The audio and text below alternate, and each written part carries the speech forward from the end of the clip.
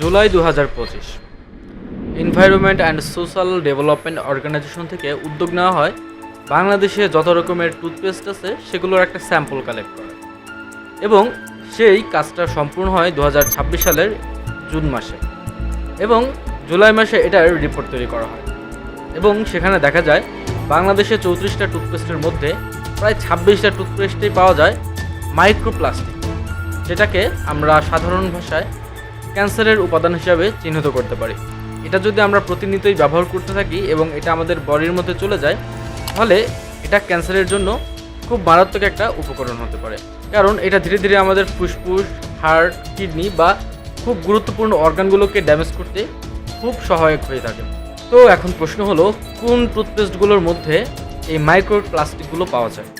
আমরা সাধারণভাবে যে টুথপেস্টগুলোকে খুব বড় আকারে ক্রেডিট দিয়ে থাকি, সেই টুথপেস্টগুলোতেই মূলত এই মাইক্রোপ্লাস্টিকগুলো পাওয়া গেছে। যেরকম মেডিপ্লাস, এটাকে ডক্টররা পর্যন্ত লিখে দেয় প্রেসক্রিপশনে, এবং সাধারণভাবে অ্যাড দেখেও এগুলো আমরা কিনে থাকি। এরপরে পেপসোডেন্ট, কোলগেট, ক্লোজআপ, সেন্সোডেন্ট, মানে সব জনপ্রিয় টুথপেস্ট যেগুলো প্রচুর পরিমাণে টিভিতে অ্যাড প্রচার করে, এই প্রত্যেকটা টুথপেস্টের মধ্যে পাওয়া গেছে মাইক্রোপ্লাস্টিক। এখন কথা হচ্ছে, তাহলে আমরা কি ব্যবহার করব? যদি এই জনপ্রিয় টুথপেস্টগুলোই এরকম আকার ধারণ করে, তাহলে নন ব্র্যান্ডেড কোম্পানির টুথপেস্টগুলো তো আরও মারাত্মক হওয়ার সম্ভাবনা রাখে। হ্যাঁ, কথা সত্য, কারণ যেগুলো খুব জনপ্রিয় toothpaste, Mediplus, Sensodyne, Closeup, Colgate, Pepsodent, এগুলোই তো এত মারাত্মক ক্যান্সার ব্যাধি রোগের উপকরণ এই টুথপেস্টের মধ্যে দিয়ে রাখছে। তবে নন ব্র্যান্ডেড টুথপেস্ট সেখানে কি করতে পারে? আরও মারাত্মক ঘটনা ঘটাতেই পারে। শুধুমাত্র যারা অ্যাডাল্ট পারসন তাদের টুথপেস্টেই এরকম উপকরণ মিশায়নি, বরঞ্চ যারা শিশু বাচ্চা তাদের টুথপেস্টেও এরকম উপকরণ মিশিয়েছে। তাহলে আপনি একবার চিন্তা করেন, শুধু আমি বা আপনি নন, আমাদের বাসায় যারা ছোট বাচ্চা আছে তারাও কিন্তু এই ক্যান্সারের উপকরণে এফেক্টেড। তাহলে এখন আমাদের করণীয় কী? দেখেন, সব থেকে বেস্ট হয় যদি আপনি কেমিক্যাল মুক্ত প্রোডাক্ট ছেড়ে ন্যাচারাল প্রোডাক্টের দিকে মুভমেন্ট করতে পারেন। এখন আপনি ভাবতে পারেন, ন্যাচারাল প্রোডাক্ট কী ইউজ করব? দেখেন, আগে যারা ব্যবহার করতো মিসওয়াক, তাদের সমস্যা হতো না। আগে যারা কয়লা ইউজ করতো তাদেরও সমস্যা হতো না। বাট সমস্যা হয় কাদের?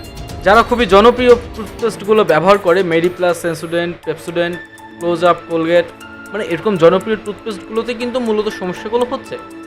তো এখন কথা হচ্ছে, অর্গানিক কোন কোন টুথপেস্ট আমরা ইউজ করতে পারি? ফার্স্টে আমি আপনাদেরকে সাজেস্ট করব গ্যানোডার্মা বা গ্যানোজে টুথপেস্ট। এটা এতটাই কোয়ালিটিফুল, যেটা আমি দীর্ঘ কয়েক বছর ব্যবহার করে আসছি। এখন আপনি ভাবতে পারেন এটার মধ্যে যে ক্ষতিকারক কোনো উপাদান নাই এর গ্যারান্টি। আপনি যদি একজন এডুকেটেড পারসন হয়ে থাকেন, মানে শিক্ষিত ব্যক্তি হয়ে থাকেন, তাহলে অন্ততপক্ষে পেস্টের পেছনে যে ইনগ্রিডিয়েন্ট লেখা থাকে, এই ইনগ্রিডিয়েন্টের জায়গায় আপনি একটু পড়ে দেখবেন যে সেখানে কোন কোন উপাদানগুলো দিয়ে এই টুথপেস্ট বানানো হয়েছে। সেই জায়গা থেকে আমি যখন এটা নিয়ে স্টাডি করি, যেহেতু আমার লাইফের একটা বিষয় যেটা আমি কন্টিনিউসলি ইউজ করব, সেটা অবশ্যই ভালো করে দেখে শুনে বুঝে তারপরে ব্যবহার করা উচিত।